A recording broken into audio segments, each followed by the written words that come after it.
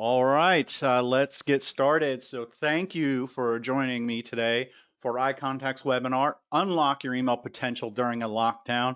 I came up with this idea when the pandemic hit to go ahead and put together some information for marketers to know, number one, they still need to be using email marketing, and then number two, what is it that would be different if you're using email marketing right now? How can you make sure that your email campaigns are going to be as effective as they can be?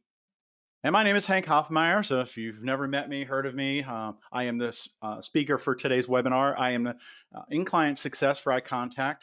I have been with iContact for 10 years, celebrating 10 years actually this month, which is awesome. And I get to do what I love. I get to help people be successful with email marketing. And I've been dubbed the digital marketing infotainer because I make marketing fun and successful. But I'm going to let you be the judge of that. At the end, if you can remember, give me a little bit of feedback. Let me know how I did today because I want to make sure that these webinars are valuable to you and that you are learning and gaining insights into how to make your campaigns better. For me, the last few months, what has it been, 13 weeks now that pretty much we've been working from home? I feel like I've been living in that movie Groundhog Day where just every day seems to be very similar. And I'm getting frustrated with work-life balance and also with things I need to do with marketing. The projects just don't stop. Creating content is just never ending. And what we need to do is make sure that we are, staying healthy mentally and physically. I'm standing right now at my standing desk and I'm doing this webinar. And also you need to take breaks to make sure that your mind is clear. And we have to realize as marketers, our subscribers are going through the same thing. They're working from home probably, or maybe they're not working. Maybe they got furloughed or laid off. They're frustrated and they're distracted right now. And in this world that we're living in where everybody's locked down, they're so distracted, they're frustrated, and they just want something new, different, and something to get their attention. And with email marketing, we need to make sure that we have engaging content, we're providing value, and we're getting those conversions because we need to stay in business, right? So today we're going to cover keeping your subscribers engaged. In other words, getting those emails opened and then getting them to actually act on those emails so that you can get them back to a website landing page, or maybe it's a conversion that you're looking for.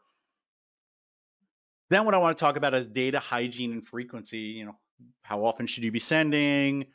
Why does your list need to be clean? And what kind of problems can you have when you're sending your email campaigns? And it's important to cover that because it affects a couple different things, which we will discuss today.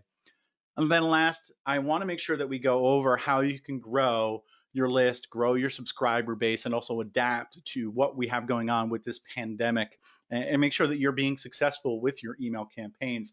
Hopefully I'll do my job well today and we will cover all these items. And then at the end, you'll have some awesome questions for me. We'll cover those and just provide you that much more value. The first thing we'll talk about is keeping your subscribers engaged.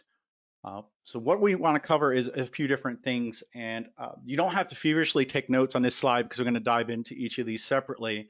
But the first thing we want to do is make sure you have effective subject lines, because if you don't have an effective subject line, your emails will not get opened and they won't see them. You want to make sure your visual components are on point, because once they open an email, if they don't engage with it, you've lost them. They're not going to open that email, and maybe they won't open future emails. And we'll talk about the importance of branding and templates in your email. And these three things are critical for your email campaigns, but there's some other important items that we're going to cover today too. I've been binge watching a lot of Netflix shows. I think I watched almost everything that's on Netflix, and I'm excited because I think later this week and then in July, there's some new shows coming out. I can definitely use some recommendations. So go ahead and drop in the Q&A section any great shows you might be watching. And what I'm going to do is I'm going to take that later and I'm going to look at it and I'm going to see if there's anything of interest to me. And maybe I'll start watching a show you recommended. So I'm going to get some benefit out of today's webinar. Let me know what shows you're watching. What's a great show to watch, whether it's a movie or if it's a series. That would be awesome because I can definitely add them to my queue. And being that we're all watching TV and everything, Netflix has been putting out a lot of shows and they've been creating a lot of their own. And what I noticed is it's hit or miss when it comes to the quality, right? You may start watching a series or watching a movie, then you realize it's not that great. And you say, why did I start watching this? And other ones, maybe you start watching it and it's awesome and it caught your attention. For me, I'm in North Carolina and I started watching Outer Banks, which is a great series on Netflix. And it was wonderful. Actually filmed in South Carolina, but it's called Outer Banks and it's supposed to be based on in North Carolina Outer Banks by the beach. That was a great show. I'm just sad it's over. Hopefully the next season will come out soon.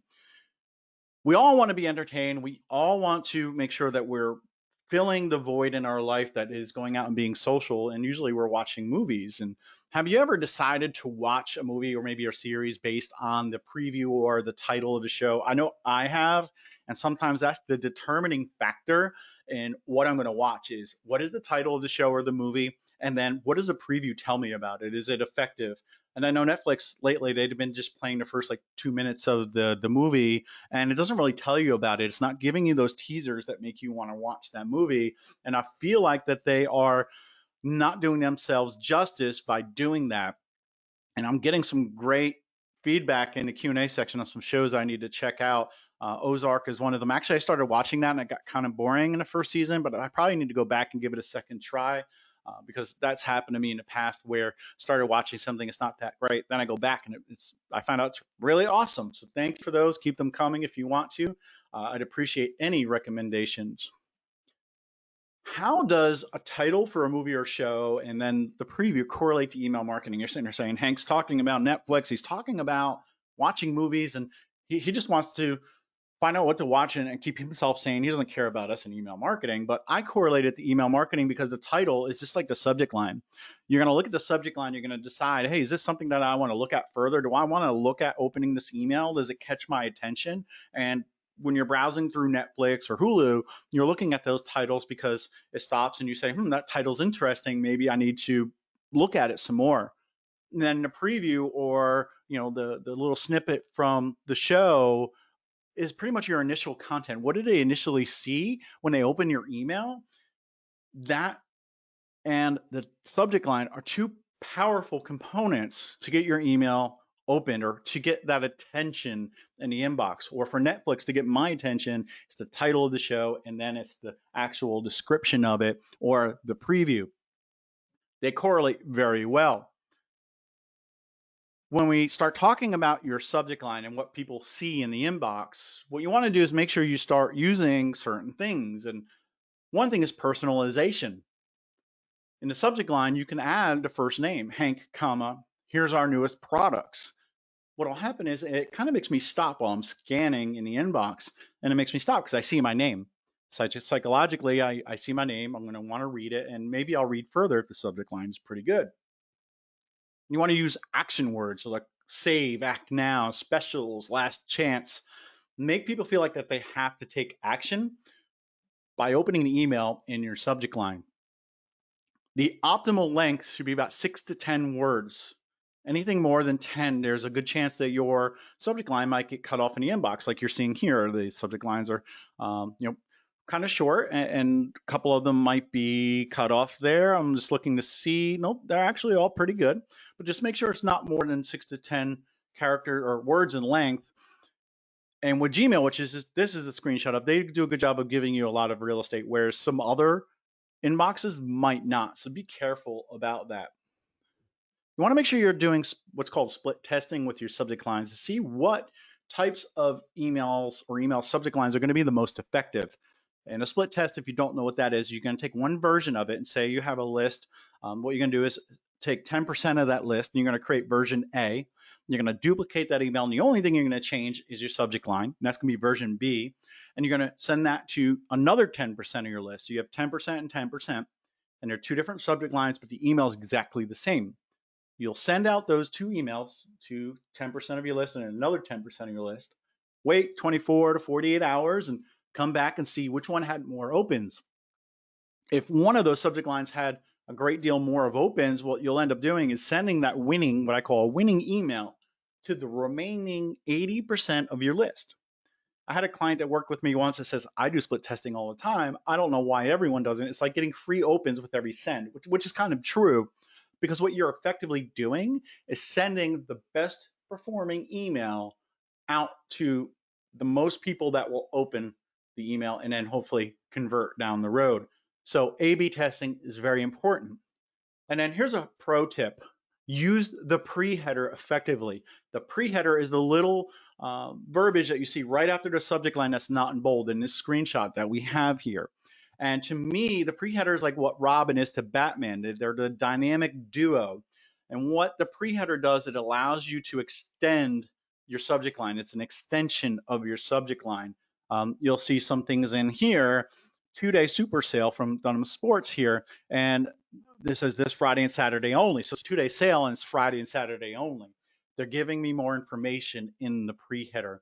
The pre-header is something that I feel like is underutilized by marketers, and it's a great way to get more attention because once you have those action words and the personalization in the subject line, you're going to be able to hit them with the other pow from Robin, and that's going to be the pre-header. Definitely worth looking into. When you use effective subject lines, they need to appeal to the head and the heart of your subscribers. In other words, what you want to do is make sure that you're hitting them with emotion and logic. If you appeal to their emotions, it's going to make them want to open an email more. It's going to make them want to convert more. And if you look at the logic part of it is why should I convert? That's going to be awesome. Emotion is kind of where you're saying you need this because you want it, and then logic is you need it because we have a great return policy. Look at all these great reviews, or it's the price. It just makes sense because this is such a low price that it's going to make me want to buy that more. So emotion and logic, head and heart is how I think of that. Make sure you're hitting them with FOMO, fear of missing out. In other words, you want to make sure that act now. What if I don't act now? If the sale's over 2 days from now or it's over today, I'm going to miss out. I need to take action now. Open that email, go in, see if there's anything I want, or if it's just one product or service, do I want that right now? Because I might miss out if I don't. If it's a 30% off sale and you normally don't have a 30% off sale, I will miss out. And tough luck on the subscriber, right? Make sure you stroke their ego by using their name and by using information you have in the subject line that you can make them feel better about themselves or about making that purchase. So make sure you're using verbiage that strokes their ego in the subject line. This way it helps get them to open that email. And another powerful, I guess, pro tip would be using emoji in a subject line. I feel not enough marketers use emoji in a subject line, and they should be used because in the past, it used to be very difficult to use emoji, and they might not even render or render correctly in the inbox. But right now, almost every inbox provider actually supports emoji. And you know what? It helps you stand apart in the inbox. Around the holidays, you'll see marketers use more and more emojis and then kind of tapers off. But if you use it year round, what'll happen is you will get more opens because people will see your emails in the inbox. Don't go crazy. Don't add too many. I've seen people use like 10 emojis in a subject line. You don't want to do that. You don't want to spam the subject line with emoji. And then also make sure it's relevant to what you're saying. Don't use an irrelevant emoji with the verbiage that you're using just to get the eyeballs to stop. They should kind of correlate.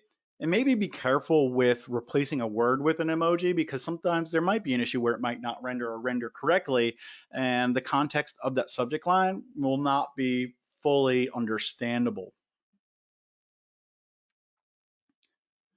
All right, when it comes to the visual components of your email, when you want to make sure that your branding is on point, you want to use the same branding that you use on your website and social media so that there's that trust factor.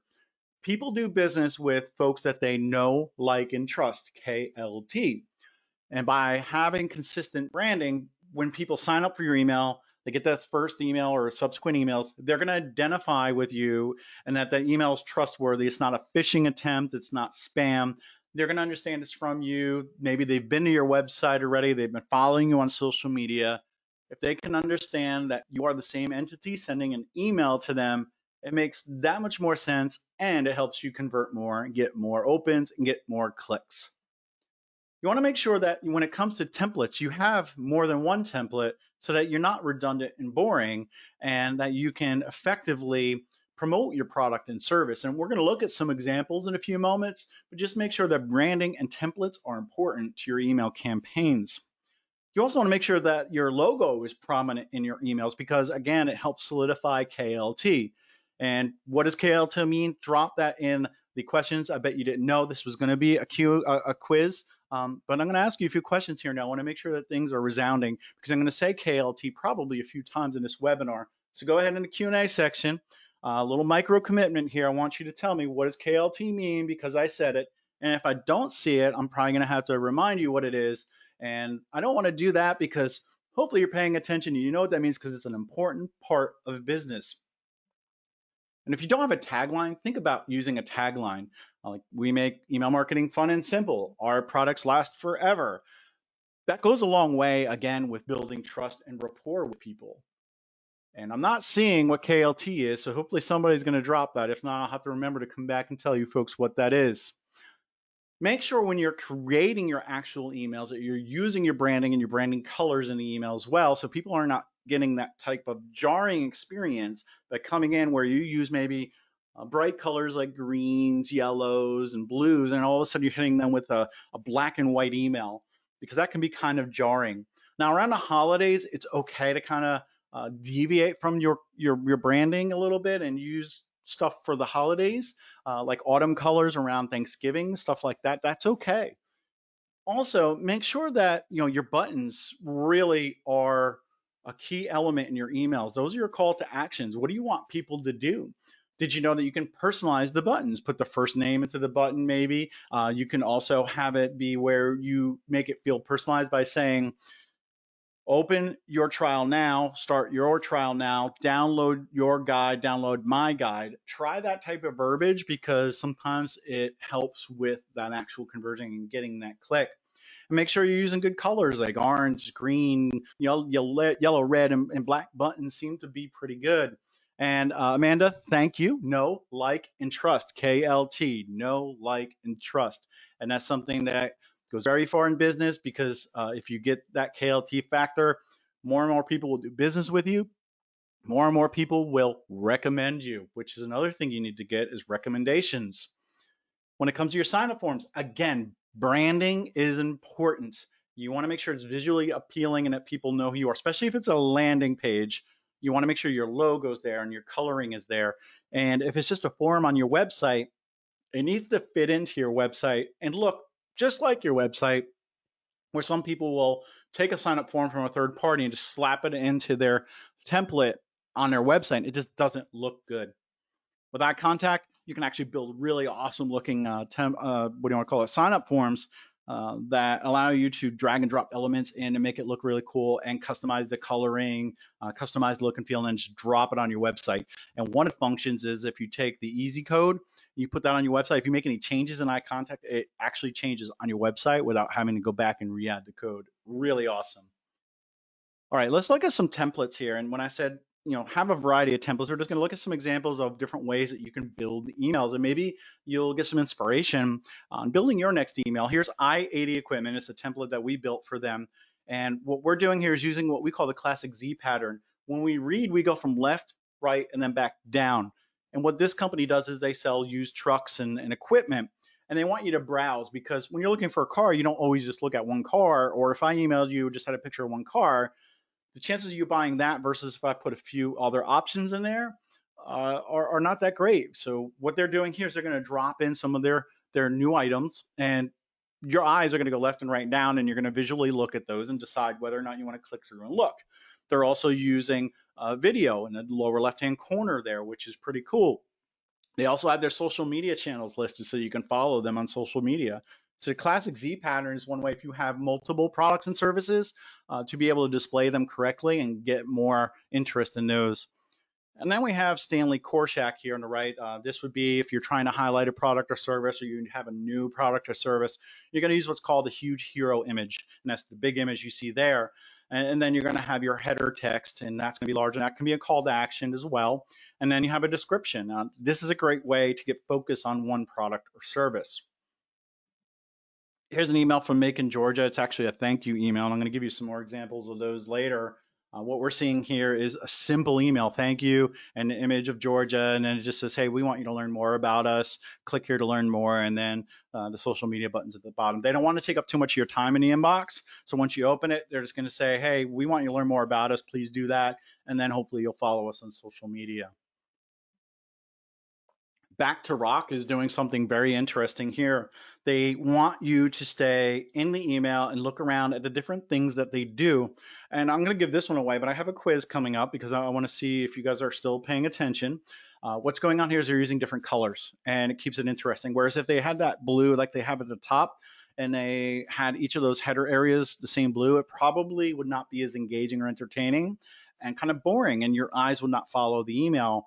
But as soon as I opened this email, my eye looked at the big hero image and then I started looking at the colors below, which is a great way to get some more engagement with your emails.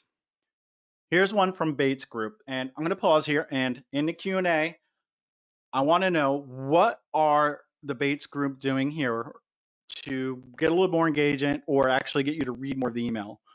It's hard yet easy to point out. Hopefully you guys are starting to give me a little KLT. You're starting to know me, you're starting to like me, and maybe trust me. Hopefully by the end of the webinar, that'll be true. Different fonts, Carissa, thank you. Colors and fonts. And yeah, there's a couple different colors going on. I've never actually had anybody say that, especially when I speak in person at conferences. But yeah, we have different fonts, and it just makes it quote unquote fun to read. Your eyes kind of just go down, your brain's not getting frustrated or bored. And for me, when I read books, it's hard for me to just keep going if there's nothing breaking up the text, whether it's white space or an image. And I love how they're using font here. Now, one thing they are doing that I'm going to point out is they are centering some of their text. That's great for mobile devices. And from what they found, a majority of their people open on mobile devices. But if you find that more or enough people open on a PC, this centering sometimes can be annoying and actually harder to read. Know your audience. Know how many people are opening on mobile versus desktop. And eye contact can tell you that. Hopefully, whatever provider you're using, if you're not an eye contact client, tells you that.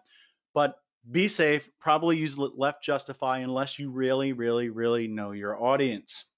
And here we have Astro. They're using testimonials. They have blog posts in there, and then they have social media at the bottom. I really like this email because they're trying to develop that KLT. And that's the reason why I quizzed you, is because I might say KLT a few times, and I just didn't want you to think that that was a boy band or something. All right. This section is going to be a little bit dry, but important. Data hygiene and frequency. Who gets excited about that as a marketer, or who knows about that as a marketer? Well, hopefully you do. And hopefully we can spice this up a little bit and give you some information that's going to help you do better with data hygiene and frequency. What you want to do is keep people coming back. Maybe you have that awesome email with the subject line, the pre-header, you get that open, but what happens is maybe you get that initial open and all of a sudden there's this lackluster content in there and they're not going to come back. They're not going to open future emails from you. So what you want to do is make sure you're providing value to your audience so that they keep coming back, that they see that their time is valuable and they're not wasting their time by opening your emails and being disappointed each and every time. Develop a sequence of emails so that you keep people coming back for more. And we're going to dive into each one of these, and you don't have to take feverish notes once again.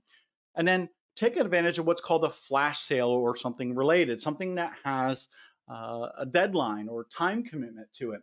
It's very important to do that because right now we're all busy and we all might not want to make a decision right away.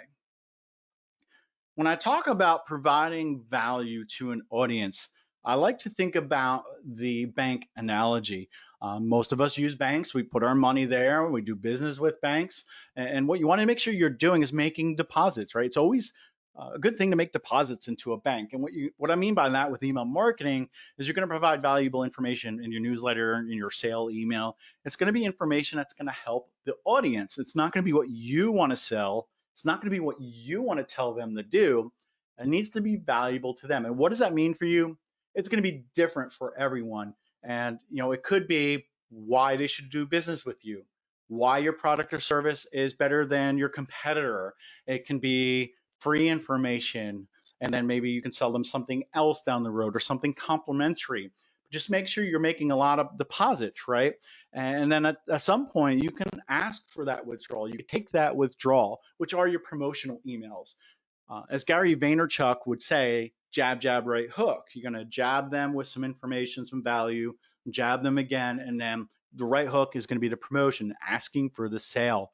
It's okay to ask for the sale every now and then, just not in every email. I've worked with marketers that do that, and they wonder why their open rate goes from 30, 35% down to 5 or 6 or even lower. There's one gentleman I worked with that sells eyeglasses. He would just sell eyeglasses. I don't know. I wear glasses. I don't know how often you wear or buy glasses, but I tend to buy frames maybe once a year. I'm not going to buy a set of frames every single month. And that's what he was doing. He was just promoting his frames every single month, where we turn to providing content around how to care for your glasses, how to clean them, how to repair them, organic ways to make your vision a little bit better or to take care of your eyes. We found that his open rate started going back up, and when he got new subscribers, they stayed engaged. That is the bank analogy. State Farm does a good job of that. They send out helpful information, how to keep your car running tip top, how to make sure your home is safe from theft, and also when you're traveling, how to protect your assets and all those kind of things, and then life insurance and all that. They do a great job of jab, jab, right hook, or making deposits and then asking for withdrawal. So make sure that you are making more deposits than getting withdrawals. You'll make bigger withdrawals by making more deposits, which is true in banking as well, right? Let's talk about using a series of emails, which sometimes people don't really realize how powerful they are. And we were talking about Netflix earlier. And like a good trilogy, what you want to do is keep people coming back for more. Maybe you watched the first Star Wars and you say, "Oh my God, that's so awesome! I can't wait for the next one." And the next one comes out, and they wait in anticipation, and then they watch that. So the same thing with your emails is you want to keep the conversation going. Use a series of emails. Here's some value.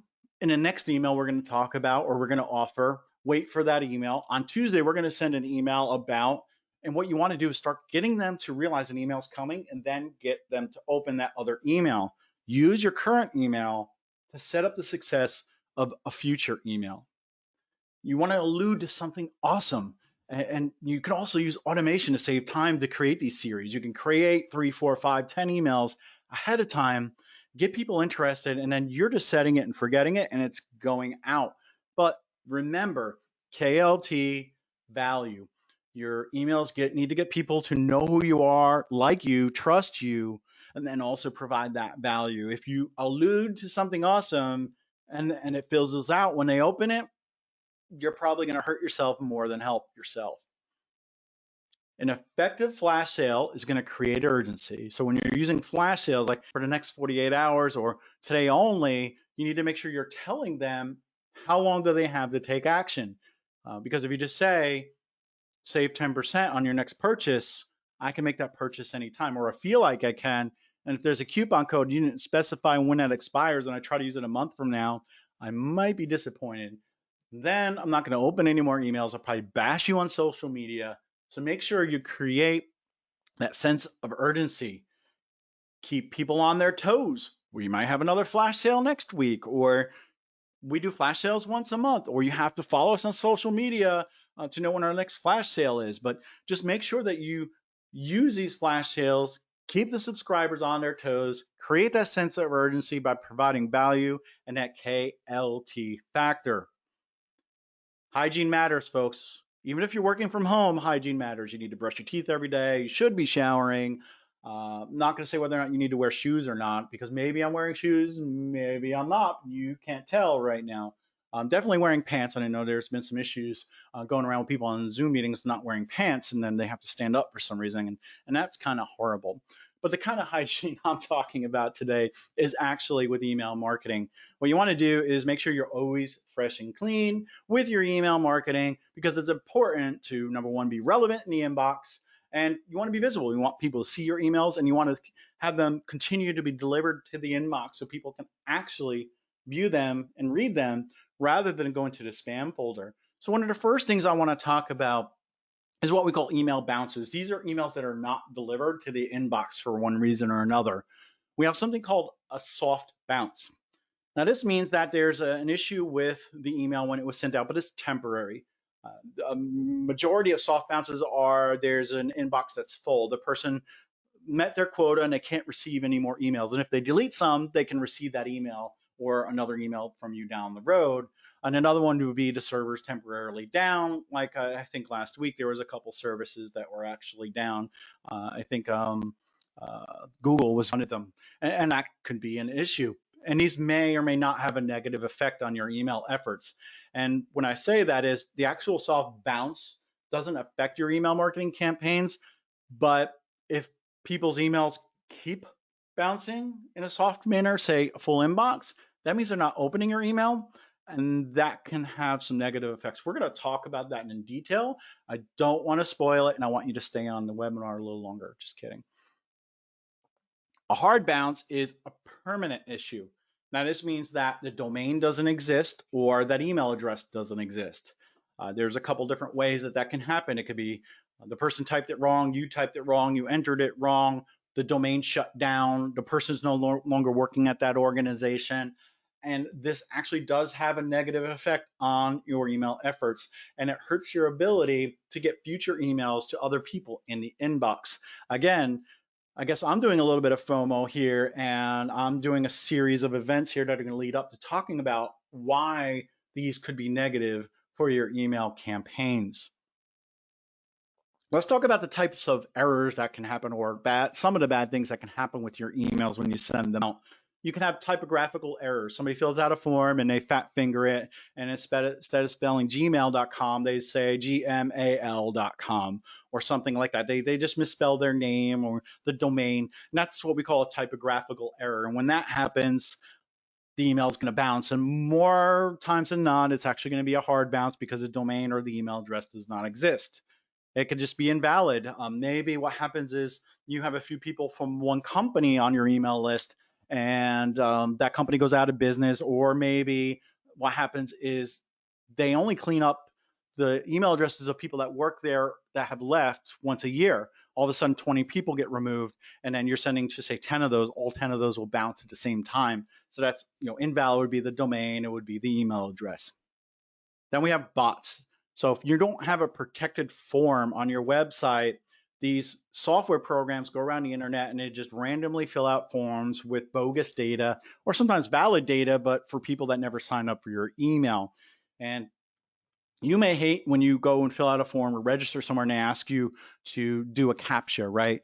Hey, what letters do you see in here? Or, click on all the lights, all the pictures with traffic lights, click on all the pictures with cars, etc. That's what we call CAPTCHA. And iContact uses this, and that protects you from these bots signing up, because bots are not smart enough to solve those problems or click on those pictures. And it's important to use that because it can actually really hurt your sender reputation and your ability to get into the inbox. Then we have transcription errors. Maybe you're a brick and mortar location, and what happens is people come in and sign up on a piece of paper, or if you're at a conference, people sign up on a notepad or something, and you go back and retype it into Excel or right into, say, iContact, and it gets typed wrong. You want to minimize that as much as possible, because again, that can cause hard bounces, which actually hurts your email deliverability. All right, so let's talk about some things you should not be doing. You don't want to send too many emails, and we're talking about email frequency here. And in other words, if you sell something that somebody consumes once every 3 months, 6 months, or a year, you don't want to send emails every single day. You don't want to send too little emails either, right? If it's something people consume a lot, maybe once a week or once a month is really good. Or if you're just providing information, what's good for you? Is it weekly? Is it monthly? Is it quarterly? You need to determine that by actually finding out what your people want, or what your subscribers want. You want to send people emails that want your emails. Don't send emails to people that don't want them. And with that being said, don't purchase email lists, because they're not really going to be effective. And that's usually one of the biggest questions I get when I talk about email marketing, especially deliverability, is can I or should I use a purchase list? And the answer is no, not because you can't. Well, pretty soon, and in most states you can't right now, but theoretically you can, but the results are not going to be worth the actual negative effects you're going to do to yourself. And I'm still building up to why this is important, and we're going to get to that very shortly. But what you want to do is find out what the right frequency is. Gauge your subscribers and say, how often do you want your emails? And you can do that through surveys, subscriber surveys. Hey, take 5 minutes to answer the survey. It'll help us better serve you and send you the right emails at the right time. Maybe incentivize that. We'll enter you to win a Starbucks gift card or whatever you want. But that's a good way to do that. Send the right amount of emails, and when you do, it's a win-win, right? You'll have more engagement, more people will hopefully click through and convert, and the subscriber will develop that KLT, and they'll know that you're only sending emails to them when it's relevant to them. There's some companies that I get emails from too much, and I've started unsubscribing from them, and other ones I want maybe more from, and I can't wait. I send out a journal every month of things I found that help me in business, help me stay organized, help me be efficient, blog posts I've read, podcasts I found that are cool, apps and stuff like that, and just what I'm doing and when some of my next events are. And I send it once a month, and I think people like that once a month. It's on the first of every month, and I send it at 6 a.m. because I want you to know, like, and trust me. And if you do, you're going to go find that email. Even if you wake up at 8 o'clock, you'll look for my next email. You'll be looking forward to it. All right. Here's where we start getting into why did Hank say all of that? And what we're talking about here is email deliverability. What happens is when we send an email, there are good things or positive things and bad things or negative things that happen to your emails when they're sent out. Who can name some good things that happen to your email when you send it out? Micro commitment again. In the Q&A, what I want to do is hear what are some good things that happen to emails when they're sent out. Quiz time, folks. It's not multiple choice either. It's just random. I want to hear at least one or two. So go ahead in the Q&A section. I want to hear what are some positive or good things that happen to emails, and start thinking about the negative things too, because that's going to come up soon. People open and go to your website, Carolyn. Thank you for that. That's all. Open is probably the most important thing and the best thing that can happen to your email. And there's a lot of other things. So let's keep going. What I want to hear is what are positive things that can happen to your email, and start thinking about negative things as well. If you want to drop those in there, that's fine. Clicks. Gavin says clicks. I'm just reading it here. I like that, Gavin. So basically, if people open and click, it's great. So if they start, if they forward it, if they mark it as important, if they go into the spam folder and pull it out, it's called TINs. This is not spam, especially with Gmail. If people go into the spam folder and say this is not spam, that is a strong form of engagement, strong, positive type of interaction with an email. So opens, clicks, forward, starring, mark is important. Those are all positive things that happen to your email, and you want all of those things to happen. And Carissa, yes, your call to action and to get involved is a great way to get people to actually take that positive interaction. What are some negative things that can happen to your emails? And there's a few of those, and some people don't get some of the most important things. And I'll line this one up, right? Not opening your emails is something that can happen. It's actually negative, and you might not have thought of that, and we're going to get into that. Unsubscribe, Carissa, thank you. Mark as spam, that's another one. That's a really bad one. I just mentioned, I went over 2 slides that talked about something that's negative that may or may not affect your deliverability. Soft and hard, that would be bounces, right? So when your email bounces and it's a hard bounce or a soft bounce, that can hurt your deliverability. If it's a hard bounce, it's directly going to impact your deliverability. If it's a soft bounce and people are not opening over a period of time, that's called disengagement. And what happens is if people do not open your emails for a long period of time, and let's just say you have 100 Gmail subscribers, just to make this simple, and over a period of time, 50% or 60% of them are not opening your emails consistently, that can hurt what we call your domain reputation. I like to think of it as a credit score. When you send emails, the good things raise your credit score, and the negative things or the bad things, they deplete your credit score. And at some point, if your credit score or domain reputation is low, more and more of your emails are going to get delivered to the spam folder. And you might say, well, Hank, that's not true because I might have a low domain reputation, but people are still opening my emails. Yes, the highly engaged folks, they'll still get your emails, but new people that sign up may not ever see your emails because it's going to go to spam. So you want to do is make sure that you have the KLT, you're providing the value, you're creating that FOMO, and you're just getting all this engagement that keeps your domain reputation healthy. And one of the biggest things you can do to improve your deliverability is do good list hygiene. And when I talk about hygiene, I'm talking about cleaning your email list. What you should be doing is looking at people who've been on your list for a certain period of time, identify them, and then try to win them back or just remove them. If you send once a week, I would say look at every 6 months. If you send once a month, I would say look every year. So maybe what you do is look at people who've been on your list for 6 months who haven't opened in 6 months. And from there, what you want to do is identify them and maybe send them a series of emails asking them to come back. I might say, are we breaking up? Question mark. I don't know about you, but if somebody's breaking up with me, I'm going to open that email, find out why. And in that email, you're going to say something like, hey, we miss you. We noticed you haven't been opening our emails. Do you still want to receive our emails? Yes or no? And then the next one would say, why are you ghosting me? This would go to people who didn't open the first email. Why are you ghosting me? We still want to send you emails. Do you want them? And then finally, you'll wait, another week or two or longer, and you'll send a last email, and that's going to be, here are the divorce papers. We mean it. We're signing on the line, and we're going to remove you from our list. And do what I just said. Actually remove them from the list, because what will happen is you'll develop a better reputation by doing so, and more of your emails will end up going to the inbox. So when we talk about win back campaigns, there's a couple examples here. You can have fun with it, use animals, and use really quirky sayings, and try to develop that relationship again. And what did I talk about earlier? There's the emotion and the logic, right? The head and the heart. This one, probably you want to stay heavy on the heart part, on the emotion. Appeal to their emotions so that they feel bad about leaving you.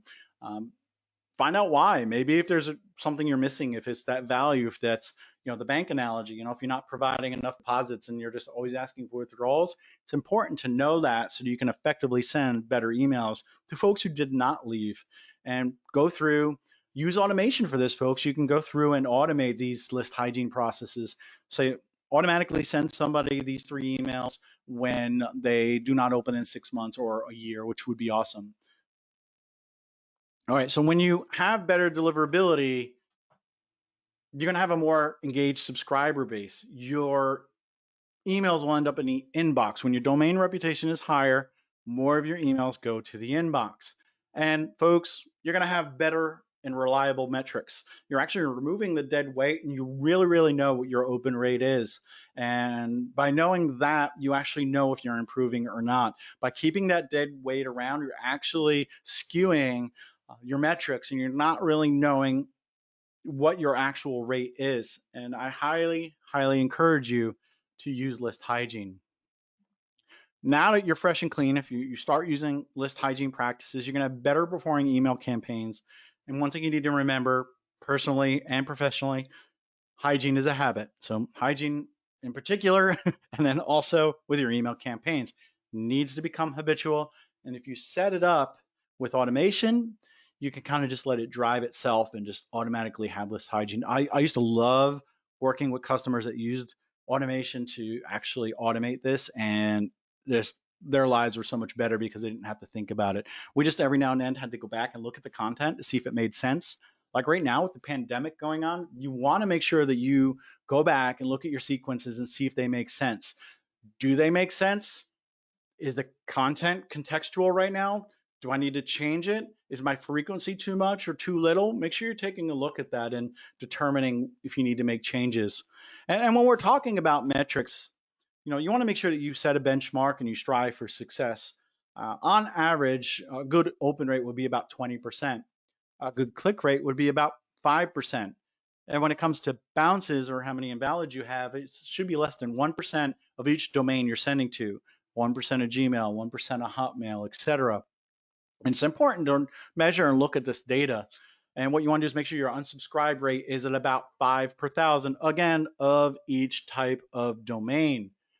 And you might say, well, this is great, Hank. Mine is higher or lower. And I'm in an industry that's a little bit different. It garners higher open rates, or I get lower because of the industry I'm in.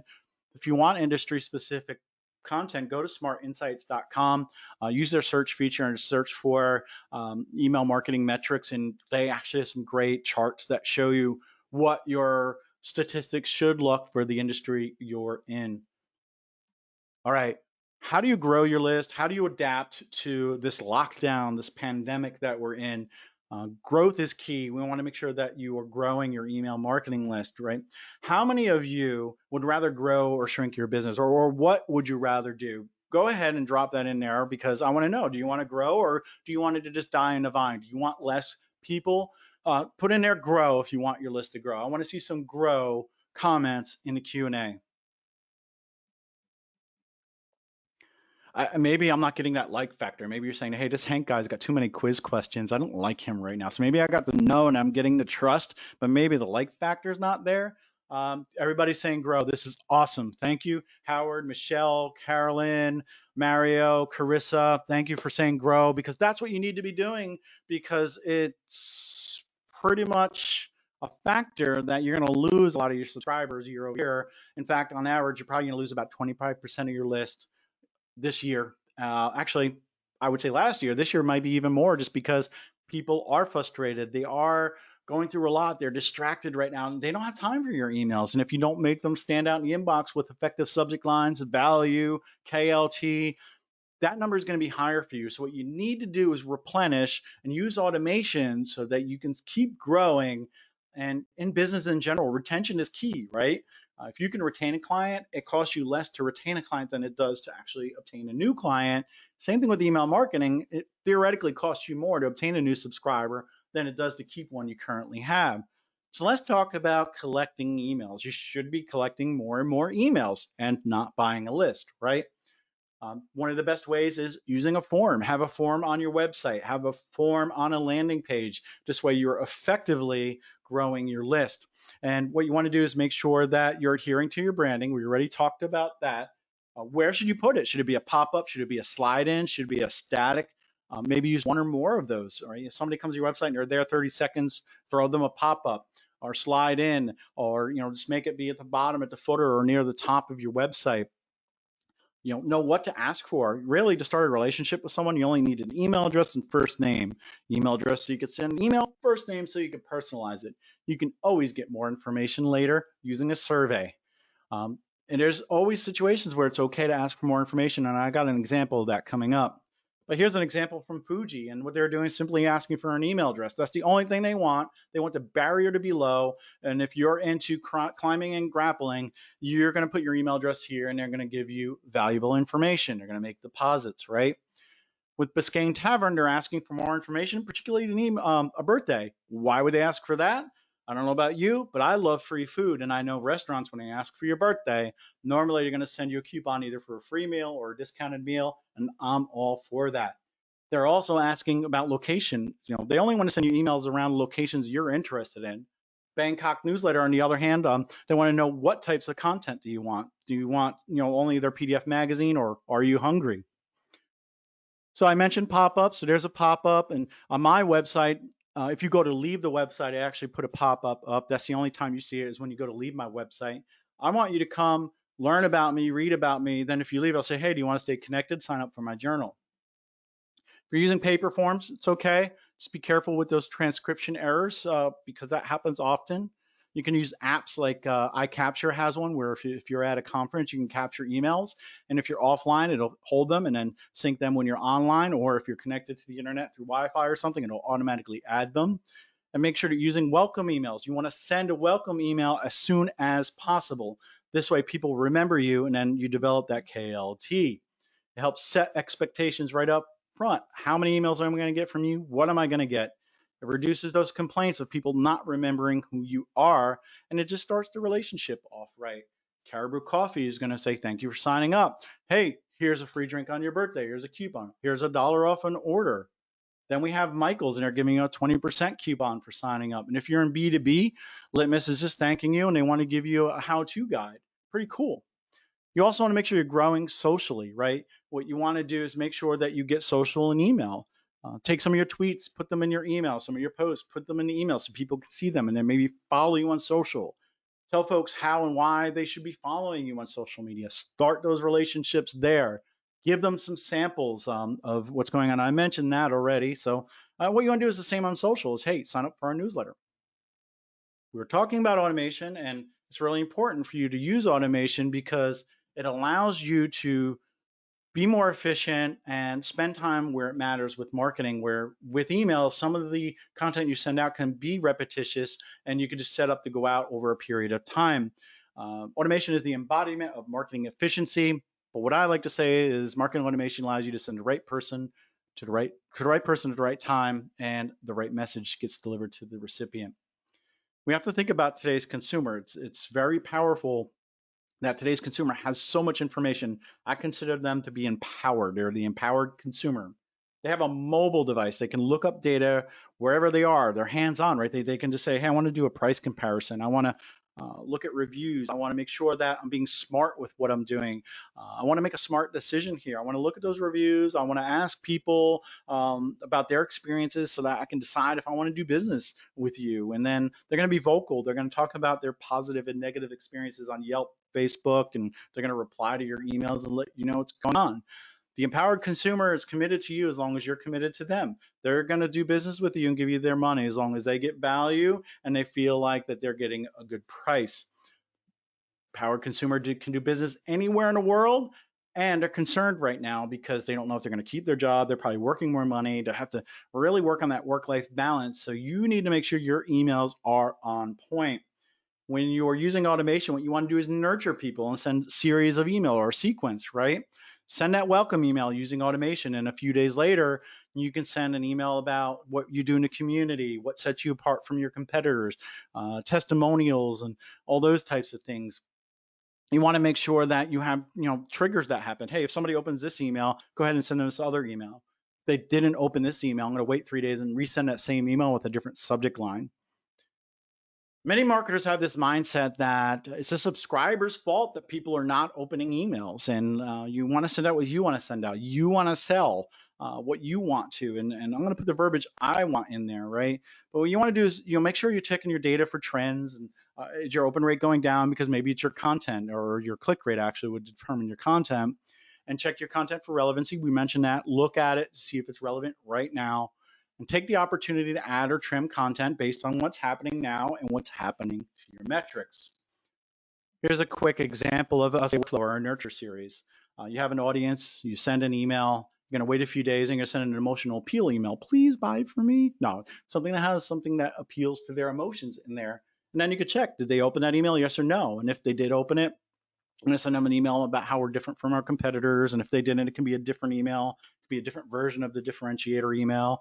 Wait a few more days, send a testimonial. And then finally, see what I'm doing here? I'm doing the deposit, or I'm doing the jab, jab, right hook.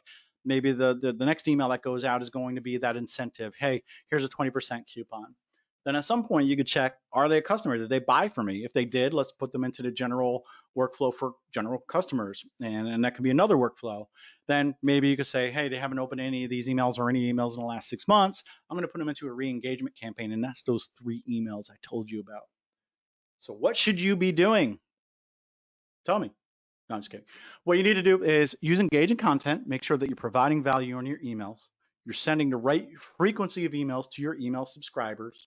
You're oftentimes performing list hygiene, growing your list because it decays at 25% per year at least. You want to use automation to help free up some time and to send the right message at the right time to the right person. And then binge watch more webinars like this. Look for the next one from iContact, where I encourage you to go to other brands and catch up on what they're doing and watch their webinars. So the 3 key elements, folks, this is what you need to walk away with and remember. And I know we're not going to have much time for Q&A, but drop those in there. I'm going to follow up with you. I want to make sure, but if you could stay, I think I have a little bit of time. I'll definitely stay. Yeah, I have some time. I could stay on if you can. I want to provide this value to you, but the 3 things you need to remember: keep your subscribers engaged, keep them coming back for more, and more. Give them that value, and then come in with that right hook or an uppercut and just close those deals. Then make sure you're using data hygiene and frequency. You're sending the right amount of emails to the right people, and you're cleaning your list, and you have a low amount of bounces, less negative things that happen in your emails, more positive, because everybody's happier, your subscribers are happier, and you're happier because more of your emails go to the inbox. And last, grow your list as often and as much as you can and adapt to the times. Right now, the last 13 weeks, we've all had to adapt personally and professionally. But as a marketer, You need to keep customers, you need to add customers or subscribers, and then you also need to adapt your content, adapt your frequency, adapt to what you're doing. And with that, I say thank you so much for being here today. I hope this was helpful. Let me know if it was in the comments. I'm going to grab some questions right now. I'll keep going if you can stay. If you have to go, I understand. If you asked a question, what I want to do is just make sure we follow up with you, but we'll definitely do that.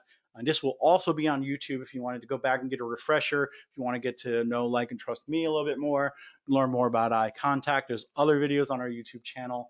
So let's go ahead and grab some of those questions. I am just going to pop out my questions box here because I actually have all of those questions and everything. All right, so Gavin's saying he has a lot of people in eye contact and they're on a bounce list. What you want to do is find out if they're soft or hard bounced. And I would say call into support, or if you have an account manager, work with them. We can help you identify, if they're hard bounced, they're just in there. That means you can't send to them, which is a good thing. If they're soft bounced, you might want to look at them and actually remove them. If they bounced more than, say, 5 times or 10 times, you can determine that. But if we feel like maybe it was just a temporary issue, we'll want to keep those. So Gavin, I encourage you to reach out to support for that. So let me go through. When someone tins, does that do anything for your reputation to make it easier or likely that somebody will tag you spam in the future? So tins, this is not spam. It just means it's not spam. And you're giving a signal to, say, Gmail to say that it's not spam. And that person may get that email in the future in the inbox, or they may not. Maybe your domain reputation is just so horrible that Gmail's not going to trust you right away, and it's going to take a lot of people to do a TINS to get that trust factor back. But each and every one does help.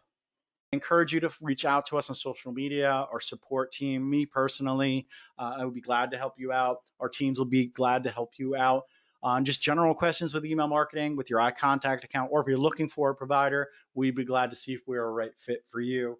I don't see any other questions coming in, so I appreciate everyone being here today, and I hope you have a great rest of your week and weekend, and we'll see you in the next webinar, I hope.